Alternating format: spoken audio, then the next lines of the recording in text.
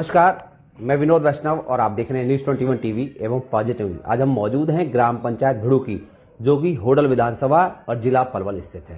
यहाँ से निवर्तमान सरपंच हैं सत्यदेव। इनसे हम जानेंगे कि ये चुनाव लड़ भी रहे हैं अब की बार या नहीं, क्योंकि इनसे पहले जब हमने गाँव के लोगों से पूछे तो सब कहते हैं कि भैया पंडित जी टक्कर में, सरपंच टक्कर में।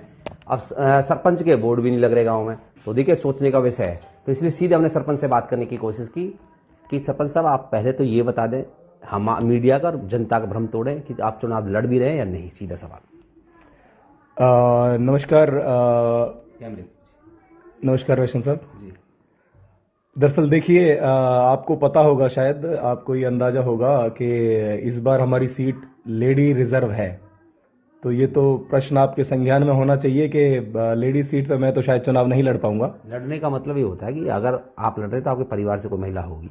हाँ, मतलब ये है। वो स्वाभाविक बात है। वही आपके उसी उत्तर पे मैं आ रहा था। बेसिकली असलियत में जिस उद्देश्य के साथ मैं राजनीति में आया हूँ, उस उद्देश्य को, उस लक्ष्य की प्राप्ति के लिए अभी गांव से हमें और समय चाहिएगा।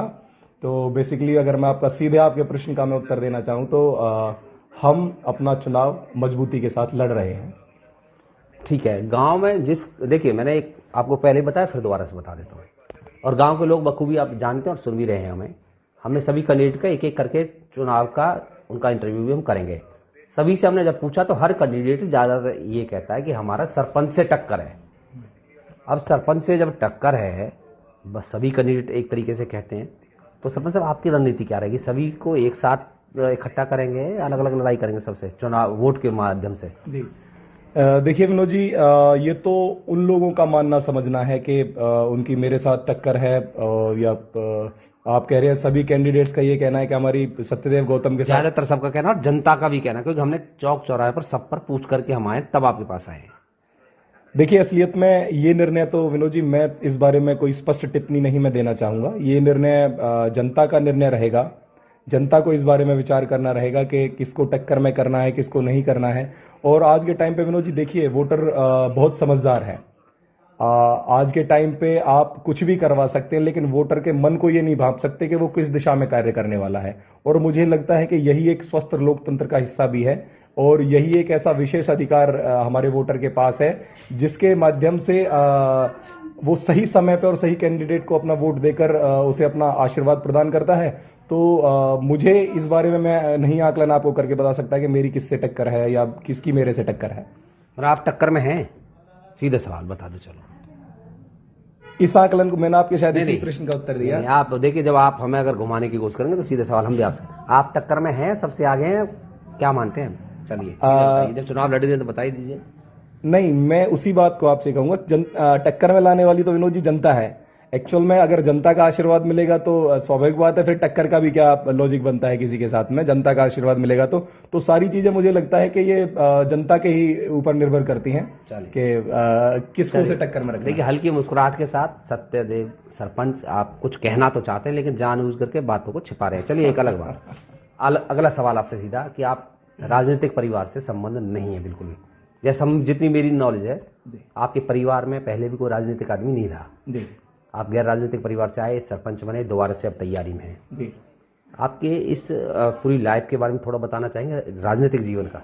जी, विनोद जी देखिए, एक बड़ा एक अलग सा अनुभव है। बेसिकली मैं आपको थोड़ा सा मेरे बारे में बताऊं। मैं बेसिकली एक इंजीनियरिंग प्रोफेशन से मैं आता हूं। बीटेक एमबीए मैंने किया है, और ऑटोमोबाइल इंडस्ट्री में मैं जॉब छोड़ के, लास्ट टाइम जब मैंने इलेक्शन फाइट किया था तो मैं वो एक जॉब छोड़ के आया था। उससे पहले मैं फरीदाबाद में ही रहा हूं, वहीं पढ़ा हूं। तो यहाँ पे आना मेरे लिए एकदम नया था, और इतनी बड़ी जिम्मेदारी मिलना मेरे लिए एक नई बात थी। और परिवार में मेरे पिताजी अध्यापक रहे हैं, और कोई भी मेरे परिवार का किसी राजनीतिक दल से या किसी प्रकार की राजनीति से कोई संबंध नहीं रहा है। तो मुझे लगता है कि विनोद जी, यहाँ पे जो मेरा एक आकलन है राजनीति को लेके, वो मेरा आकलन ये है कि यहाँ एक लड़ाई आपको जो लड़नी है विकास के साथ साथ, वो विचारधारा से भी आपको एक लड़ाई लड़नी है।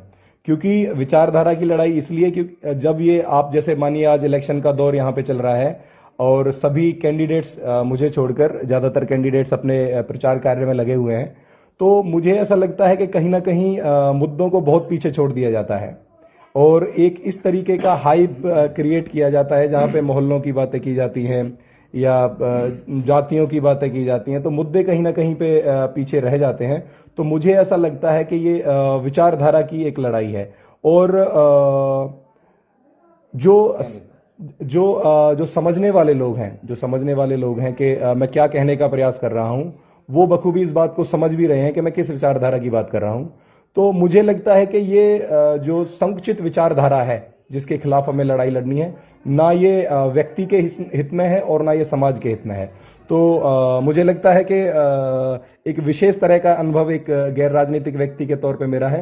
लेकिन मेरा ये भी मानना है कि जब तक इस विचारधारा में सुधार नहीं किया जाएगा, मतलब आप ये मानिए कि अगर हमें किसी जगह की सफाई करनी है, जैसे जनरली राजनीति के बारे में ये बोला जाता है कि राजनीति एक दलदल है, राजनीति एक कीचड़ है, तो जब तक उस कीचड़ में नहीं उतरा जाएगा तो शायद उसकी सफाई भी नहीं की जा सकेगी। अच्छा, सीधा एक सवाल देखिए, आपसे मैं 2-3 सवाल करूंगा जो आपसे संबंधित है सीधे सीधे तौर पर। आपके कुछ संगठन के पुराने साथी जो आपके साथ थे, ठीक है, नाम मैं किसी का नहीं ले सकता क्योंकि बहुत सारी चीजें होती हैं, वो भी अपने, हो सकता है कि वो भी चुनाव लड़े आपके साथ। आपके साथ मतलब आपके सामने चुनाव लड़े, किस नजरिए से देखते हैं? सीधे सवाल। देखिए विनोद जी, संगठन, मुझे ऐसा लगता है कि संगठन विचारधारा पे आधारित रहता है। तो किसी, आपने जैसे कहा कि किसी संगठन साथी का कहना है कि मैं दोबारा चुनाव नहीं लड़ूंगा, तो पहले मैं आपको स्पष्ट करना चाहूं कि ऐसी कोई बात नहीं है कि मैंने कहीं कोई कमिटमेंट किया हो कि मैं दोबारा चुनाव नहीं लड़ूंगा। फिर भी जब आपने प्रश्न पूछा है तो इस आपके चैनल के माध्यम से ही मैं उस विशेष साथी से या उन 2-3-4 साथियों से कहना चाहूंगा कि अगर उनके पास ऐसी कोई ऑडियो, वीडियो या राइटिंग में हो तो मैं अभी भी अपना एक, आपके हिसाब से आपने बोला कि मैं one of the strong candidates हूं, सभी की टक्कर मेरे से है, तो एक स्ट्रॉन्ग कैंडिडेट होने के बावजूद भी मैं बड़े हल्की सी लाइन में इस बात की उद्घोषणा करना चाहूंगा कि अगर उनके पास कुछ ऐसा है और अगर वो इसको सामूहिक रूप से किसी के सामने रख पाएंगे तो मैं अपना कैंडिडेचर नहीं भरूंगा। तो कुछ रूठे हुए दोस्त हैं, उन्हें मनाने में क्या बुराई है? देखिए सुनिए, इच्छा सबकी होती है। हो सकता है मेरा मीडिया का कोई सहकर्मी है, वो भी चाहता है कि मैं एक अलग बड़ा चैनल स्थापित करूं, लेकिन अगर हमारी विचारधारा एक है तो हमें मनाने में क्या दिक्कत है? हाँ, तो आप भी ऐसे मना सकते हैं, क्या बुराई है? देखिए विनोद जी, ये एक मैंने जैसे आपको बोला, ये विचारधाराओं की लड़ाई है। और ये जो चुनाव है जिसकी आप बात कर रहे हैं, जिसके लिए हम यहाँ पे बैठे हैं, जो 25 दिन बाद एक चुनावी महोत्सव होना है, इसके बारे में मेरा ये कहना है कि ये जो लड़ाई है ये राजनीतिक और गैर राजनीतिक लोगों की है, एक आम जन की राजनेताओं से लड़ाई है। तो वही साथी, मैं संगठन साथी से माफी चाहूंगा, मैं उनसे नहीं कह पाऊंगा क्योंकि संगठन के तो अलग मूल्य रहते हैं। अगर आप अपने निजी स्वार्थों के चलते कुछ एक अलग ही अपनी विचारधारा और रूपरेखा बना लेते हैं और चीजों को अलग तरीके से ही लोगों के सामने प्रस्तुत करते हैं, तो मैं माफी चाहूंगा, मैं संगठन साथी तो मैं नहीं कहना चाहूंगा। उस साथी की अगर चुनाव लड़ने की इच्छा है तो बेशक उसका स्वागत है, और चुनाव के लिए बेशक उनका स्वागत है। लेकिन ये बात बिल्कुल तय है कि ये चुनाव मेरे खिलाफ मेरे वही साथी रहेंगे जिनके अंदर उनकी कुछ राजनीतिक महत्वाकांक्षाएं होंगी।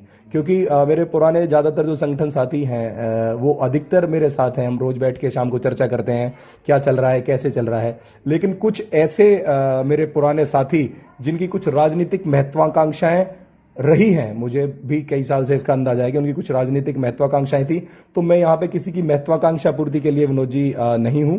मैं यहाँ पर एक 6-7 साल पहले मैं एक अपने कैरियर को कहीं पे पीछे छोड़ के आया हूं। तो मैं एक लक्ष्य के साथ यहाँ पे आया था, मैं किसी की व्यक्तिगत, किसी को प्रसन्न करने के लिए या किसी को रूठने के लिए मैं यहाँ पे नहीं आया हूँ। मैं बहुत सारी चीजों को छोड़ के आया हूँ, तो मैं अपने गांव के लिए आया हूँ और मेरी लड़ाई मेरी जनता के लिए है और ये जब तक जारी रहेगी जब तक जनता मेरे साथ रहेगी। अच्छा देखिए सत्यदेव जी, आपने सारी चीज़ें बता दी, रूठना मनाना चल गया, हो गया। अब हम बात करते हैं सबसे पहले कुछ कमियां की, ठीक है? कमियां क्या रही हैं आपके मन में कि यार मैं ये गांव के लिए नहीं कर पाया? पहले तो कमियां बता दीजिए, फिर पूछेंगे आपसे क्या करेंगे।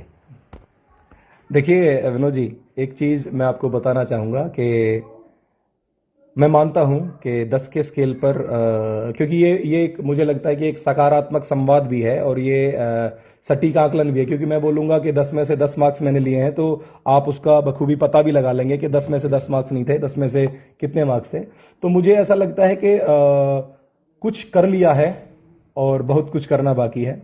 तो जो कर लिया है उसमें बेसिकली आपको जैसे पता होगा कि हमारे गांव में, हमारा गांव एक बड़ा गांव है और आज हम 2022 में बैठे हैं और अभी भी अगर मैं ये बोलूं कि हमारे गांव में हमने हॉस्पिटल खुलवाने का काम कर दिया है, हमारे यहाँ पे नई गौशाला स्थापित हो चुकी है, हमारे यहाँ पे स्टेडियम का कंस्ट्रक्शन शुरू हो जाना है, हमारे यहाँ पे पावर हाउस बनने वाला है, तो मुझे लगता है कि ये एक ऐसी बहुत बड़ी उपलब्धि मैं इसको नहीं मानूंगा समय के हिसाब से। मैं इस बात को विशेष रूप से इसलिए कह रहा हूं क्योंकि वैसे तो देखिए इसके इन सब के पीछे कई कई सालों की मेरी मेहनत लगी हुई है, लेकिन फिर भी मैं मेरी तरफ से इस बात को बोलता हूं कि मैं इसको विशेष उपलब्धि नहीं मानूंगा, क्योंकि मुझे ऐसा लगता है कि ये जो काम आज 2022 में हो रहे हैं, अगर हम इन कामों को लेकर सजग होते तो ये काम आज से 20 साल पहले शायद गांव के लिए हो चुके होते, 20 साल पहले गांव के लिए हो चुके होते। और बाकी मेरा मानना यह है कि इन चीजों को जो हमने 15-20 साल पुराने गड्ढे हैं अभी उनको भरने का काम किया है, अभी उस पे भवन का निर्माण किया जाना बाकी है और उसी निर्माण के लिए मुझे मेरी जनता तक पहुंचना है और मेरी मालिक मेरी जनता है, तो मुझे उसके पास पहुंचना है। सत्यदेव जी, एक सवाल, देखिए जनता तो सबकी मालिक है ही जी। नया भिड़ुकी कैसा होगा? नया मैं शब्द इसलिए जोड़ रहा हूँ कि जो भिड़ुकी का निर्माण जो होना था वो हो चुका, अब नया भिड़ुकी कैसा देखना चाहते हैं गांव के लोग और सत्यदेव सरपंच? विनोद जी, मैं अपनी बात को वहीं से मैं वहां पे लेके आ रहा था। मेन चीजें गिनवा दीजिए। हाँ, जैसे नया भिड़ुकी मेरा सपना है जिसके लिए मैं जीता हूं, जिसके लिए मैं दिन रात मेहनत करता हूं। मुझे ऐसा लगता है कि मेरा गांव आदर्श गांव रहे। सबसे पहले मैं ये चाहता हूं कि मैं बहुत हद तक मैं विचारधारा चेंज कर भी पाया हूं कुछ विचारधाराओं को, और मेरा प्रयास है कि मैं एक सकारात्मक विचारधारा सबसे पहले मैं प्रस्तुत कर पाऊं। इसके बारे में एक बार का मैं छोटा सा आपको वाक्य बताता हूं। एक बार हमारे साथ एक और भी देश स्वतंत्र हुआ 1947 में, टर्की।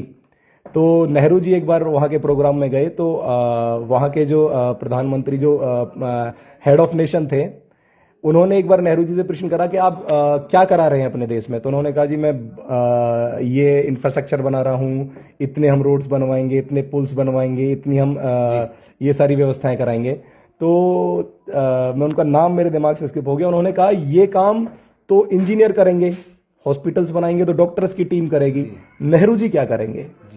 तो उस बारे में मेरा ये कहना है कि ये सारी चीजें तो एक सेकेंडरी हैं, मैं इनको बाई प्रोडक्ट मानता हूं।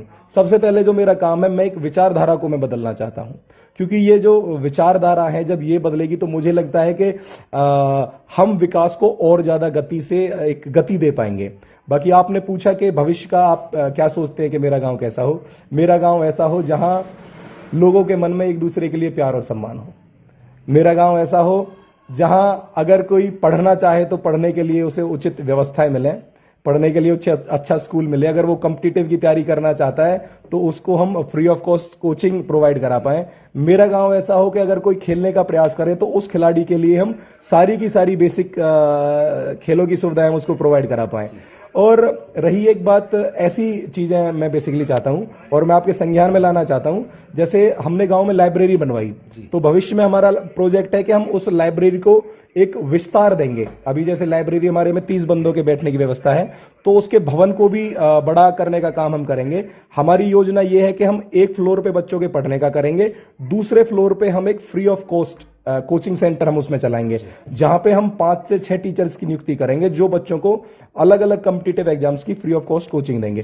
तीसरे फ्लोर पे हमारी योजना है कि हम लड़कियों के लिए एक कंप्यूटर क्लासेस की व्यवस्था करेंगे। तो वो हमारा जो भवन निर्माण रहेगा वो एक ऐसा रहेगा जो शायद आपको कहीं नहीं मिलेगा। तो लाइब्रेरी हमारे पास है, वीर अभिनंदन सार्वजनिक पुस्तकालय, लेकिन हमारी भविष्य की योजना ये है कि हम उसका विस्तारीकरण करना चाहेंगे। अखाड़ा हमारे पास है, जैसे हमारा छठ अखाड़ा है, उसको हमने मॉडर्नाइजेशन का काम उसने करा, आधुनिकरण का हमने काम करा। आज वहां पे जो हमारे पहलवान लड़ते हैं वो मैट पे लड़ते हैं, मिट्टी के साथ वो मैट पे वहां लड़ते हैं। वो हत्ती पे दंड बैठक करने के बजाय में वो जो आज की मॉडर्न मशीनरी है, मल्टी स्टेशन जिम है, वो आज उस पे काम करते हैं। तो हमारा भविष्य का सपना ये है कि वो जो चीज आज हमने एक जगह पे स्थापित करी है, उस चीज को हम और 4 जगहों पे स्थापित कर पाए। तो इसी तरह जैसे गौशाला हमने स्थापित करी है, वो गौशाला स्थापित हो गई है, लेकिन हम चाहते हैं कि जब तक गौशाला आत्मनिर्भर नहीं बनेगी तो हमारा लक्ष्य पूरा नहीं हो पाएगा। इसके अलावा मैंने आपको बताया कि हमारा स्टेडियम का निर्माण कार्य जल्द ही शुरू होने वाला अच्छा, है। एक लाइन में ये और बता दीजिए कितने के काम करा चुके हो आप, मतलब लगभग एक कॉस्ट, चाहे वो सेंट्रल गवर्नमेंट की हो, स्टेट गवर्नमेंट की हो, जी। पंचायत की हो या किसी अन्य विभाग की हो, जी। ग्राम पंचायत भिड़ूकी के बारे में। जी जी जी देखिए विनोद जी, इसमें थोड़ा है, अगर मैं टोटल लागत की मैं बात कर रहा हूं तो लगभग 14 करोड़ के विकास राशि के कार्य हमने कराए हैं। और इसमें अगर हम ये जैसे सीवर लाइन का और घर घर जो हमें पानी पहुंचाने का जो काम है, अगर मैं इनकी भी बात करूंगा तो वो कॉस्ट थोड़ी और बढ़ जाएगी। जैसे अभी हमारे यहाँ पे एक अमृत सरोवर योजना चल रही है, अमृत सरोवर योजना है, उसके तहत 111 गांव में वो 111 गांव के पूरे हरियाणा में से जोहड़ लिए गए हैं।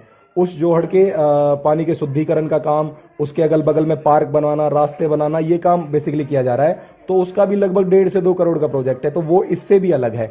तो अगर ओवरऑल इन टोटलिटी बात करूं तो वो बहुत बढ़ जाएगा। बाकी जो काम लाइक मेरे थ्रू हो पाए हैं, क्योंकि वो सरकारी काम है इसलिए मैं उनको अपने साथ नहीं एड ऑन करना चाहूंगा, तो लगभग हमने 13 से 14 करोड़ की लागत राशि के बेसिकली कार्य कराए हैं।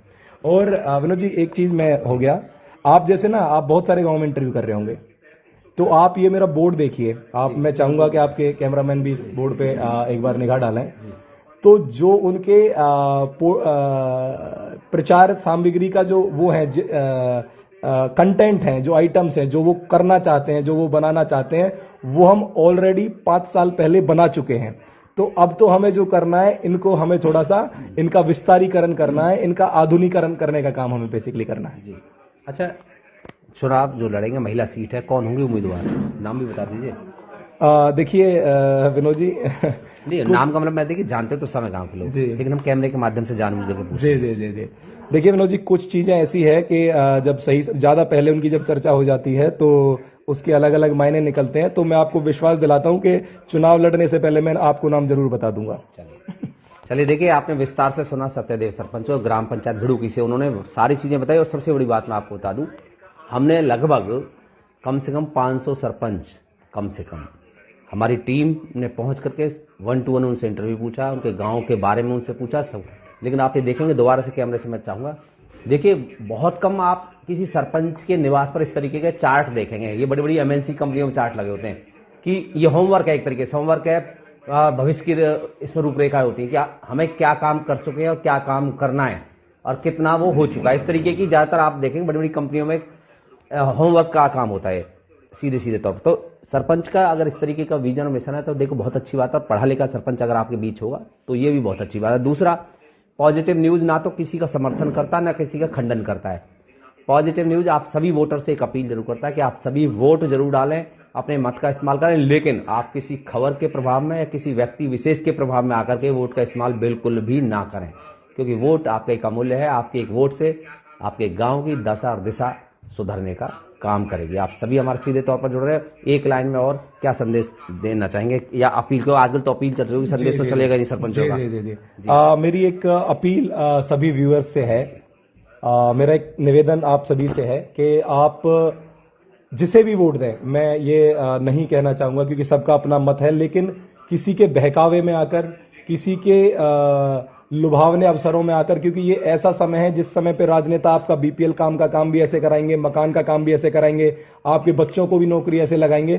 तो मुझे लगता है कि ये एक राजनेताओं के तौर पर हमारे हथियार हैं, तो हमारे हथियारों से आपको बचना है और अपने विवेक का इस्तेमाल करके, अपने शुद्ध बुद्धि का इस्तेमाल करके, शुद्ध मन का इस्तेमाल करके हमें अपने वोट रूपी अधिकार का इस्तेमाल करना है। क्योंकि आप याद रखिए, आपका एक वोट किसी भी गांव का, किसी भी क्षेत्र का अगले 5 साल का विकास तय करेगा। तो ये वोट आपका रहेगा, फैसला आपका रहेगा, इसलिए आप सोच विचार करो और शुद्ध बुद्धि मन से ही अपना वोट डालें। एक सवाल और अंत पर रहेगा, जल भराव की समस्या मैंने रोड पर देखी है जी। हालांकि वो आपके अंतर्गत नहीं आता, क्योंकि पीडब्ल्यूडी की शायद सड़क होगी मुझे लगता है, जहां तक पानी निकासी का उनकी जिम्मेवारी बनती है। जी। लेकिन फिर भी गांव के लोग तो सरपंच को जानते हैं या विधायक को जानते हैं, बिल्कुल ठीक बात है। उन्हें कोई मतलब नहीं किस डिपार्टमेंट का काम है, वो कब तक खत्म हो जाएगा? देखिए विनोद जी, अगर मैं सीधे बात करूं, चलो अच्छा है आपने बता दिया कि वो पीडब्ल्यूडी का काम है। बेसिकली अगर हम हमारी इंजीनियरिंग में एक होता था रूट कॉज एनालिसिस, हम जैसे इसका रूट कॉज एनालिसिस करते हैं, तो ऐसा कुछ नहीं हुआ कि रोड पे पानी भरना शुरू हो जाए, ऐसा कुछ भी नया नहीं हुआ है कि रोड पे अचानक से पानी भरना शुरू हो जाए। इसके दो बेसिकली मूल कारण हैं। एक तो कुछ शरारती तत्व हैं, उनकी भी ये मानसिकता है, क्योंकि चुनाव का टाइम नजदीक है और अगर ऐसा कुछ चला रहे तो फिर एक सरपंच के खिलाफ बोलने का उन्हें कुछ मिल जाता है। लेकिन फिर भी हम उस चीज को इग्नोर नहीं कर पाएंगे, वो तो चलता ही रहेगा, जिसका जो काम है वो करता रहेगा उस काम को। बाकी इस और दूसरा जो एक तो शरारती तत्वों का मैंने बता दिया, दूसरा है इनके ऊपर डिपार्टमेंट द्वारा इनको रैंप से कवर कराया गया है, कंक्रीट रैंप नालियों के ऊपर डाले गए हैं। तो जब वो रैंप डल गए हैं तो काफी लंबे लंबे वो रैंप हैं, लगभग 20-20 फीट के। तो सरकार के पास या पंचायत के पास कोई ऐसी मशीनरी नहीं है जो रैंप के नीचे से उसको साफ कर ले। तो इस बारे में माननीय एसडीएम मैडम को भी, पीडब्ल्यूडी के एसडीओ एक्सियंस को भी और इवन विधायक साहब को भी इस बारे में अवगत कराया गया है। वैसे मैं आपकी जानकारी के लिए बता दूं, ये जो हमारा पैच है जहां ये पानी भरना शुरू होता है, इस एरिया के लिए लगभग 35 लाख का एस्टीमेट डिपार्टमेंट के द्वारा सबमिट कर दिया गया है। अब ये तो देखिए जी, सरकारी योजना है और पंचायत का इससे नहीं कुछ लेना देना है, हम तो सिर्फ एज ए सरपंच इसका फॉलोअप कर सकते हैं। अब ये तो कहना मुश्किल है कि इसका काम 6 महीने में शुरू हो जाएगा या 2 में शुरू होगा या उसे शुरू होते होते 1 साल लग जाएगा। बाकी हमारा ऐसा मानना है कि जल्दी ही अगले 4 से 6 महीने में इस रोड के कंस्ट्रक्शन का काम शुरू होगा और नालियों का भी रिनोवेशन का काम होगा, जिससे इस समस्या को पूरी तरह से निजात पाई जा सकेगी। चलिए, देखिए सरपंच ने बड़ी ईमानदारी से बताया कि देखिए मैं समय सीमा नहीं बता सकता, क्योंकि वो काम, देखिए है भी सच कि वो रास्ता जो है वो शायद जहाँ तक पीडब्ल्यूडी के अंतर्गत आता होगा या कोई स्टेट हाईवे या जो भी संस्था होगी उसके अंतर्गत आता होगा, लेकिन ये तय कि सरपंच के हद के बाहर की चीज़ें होती हैं। फिर भी इन्होंने कहा कि बहुत जल्द विधायक से, एसडीएम से, स्थानीय प्रशासन से मिलकर के उसको बहुत जल्द से जल्द काम को करवा लिया जाएगा। आप सभी सीधे तौर पर जुड़ रहे हैं और कोई भी हमसे संपर्क करना चाहे, हमसे सवाल जवाब करना चाहे इस संबंध में कि आप कोई सरपंच, कोई उम्मीदवार, कोई प्रतिनिधि वो ये कहता है कि हम ये काम कराएंगे, तो आपके भी स्वागत है हमारे चैनल पर। आप आएँ, अपने विचार हमें दें। जनता हमें कोई अपना सुझाव देना चाहती है तो हम वो भी सुझाव के लिए आमंत्रित करते हैं सभी जनता को। आप सभी भिड़ुकी के दर्शकों के लिए बहुत बहुत धन्यवाद।